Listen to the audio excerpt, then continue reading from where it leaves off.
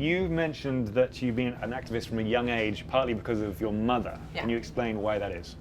I mean, it's probably, it goes beyond my mom, but I know she was such a huge part of it. My first campaign that I ever did was to try to save the trees when I was living in San Francisco with her and my brother.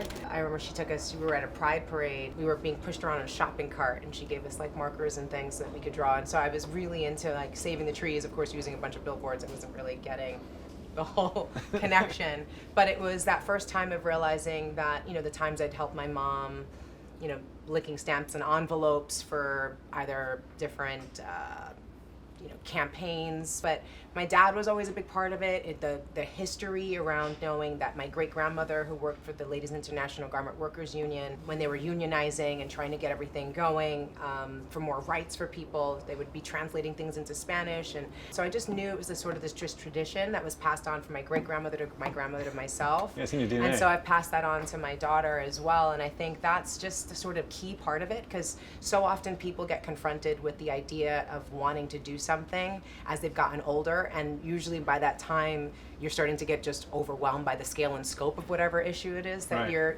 learning about. So having those moments in the beginning where I saw what it was community, it was people sitting around together and talking and sharing with each other and helping each other out, and it just folded into our lives in a way Right. that seemed manageable. It's incredible that you found that from such a young age, and then also to go into the business that you did, to become more of a visible person.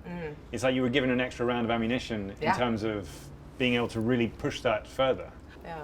Was there any particular moment in your own activism that wasn't to do with your family where you really sort of like felt like you'd taken a chapter into making it your story? For me, that was, you know, when I started, you know, my fashion line with my friend Abrima, that was where it kind of took it to the next level. I'd been working in, you know, the acting world and been an activist, as I'd said, for a long time. But this was this new thing that was really about the dignity of work and recognizing people all along the supply chain, Right. and using the resources and things that we'd already built in our careers to go into a whole other sphere and level. We've been able to be on these panelists and work with all these really big companies because of the expertise that we've built up. We're a little small little company, but we're right there at this burgeoning moment where people are really looking at the fact that fashion is the second largest polluter in the world, and we all have to start paying attention to the fact that if you're not paying for something, someone else is, and eventually we all will. So how do you think that the fashion industry can actually make a larger difference in the world?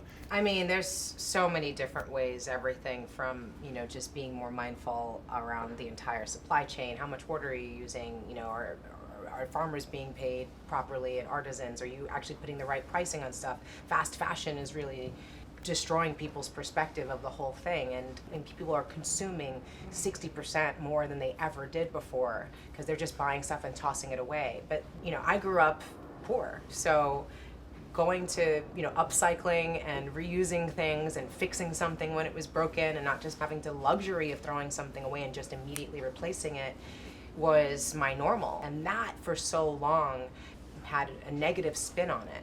You know, and I think that's a lot of the reason why you're seeing, especially these big giant companies, are really pushing to transform technologies, to take plastics out of the inks, to be more mindful about overproduction. You don't have to go and use actual leathers anymore. Right. You can actually go and use pineapple leather. Yeah. And then really thinking about that, like just that alone. So you have a farmer already making beautiful pineapples to go all around the world, and this piece is being thrown away. So if you take that piece and you turn that into a leather that can be used someplace else, that farmer gets doubly paid, and you're not having to use more water, you're not having to use more transportation, you're not, you know, these different ways that we can just start perfecting the process. I like the creativity, the amount of people that I've met who are engineers are like, I'm not a fashion person at all, but I've created this technology where you can throw in a t-shirt and another t-shirt can pop right back out at the other end until it gets to the point where it has to be made into rags or something. But this way there's a life Right. to these different pieces. So you're hopeful then? I'm beyond hopeful. I've already seen it. There's people right now trying to figure out how to best deal with our world problem. People aren't waiting for someone at the top to make that decision for them. They're taking the access and the resources that they have in front of them to make the difference. It doesn't mean that we get to sit back on our laurels and not do anything, but it's going to continue to get easier and better because we have each other and we can build with each other in a way that I don't think was possible in the past. Wow, you've given me hope. Yeah, good. Well, I hope so. Thanks for watching, and if you enjoyed the video, then please remember to subscribe.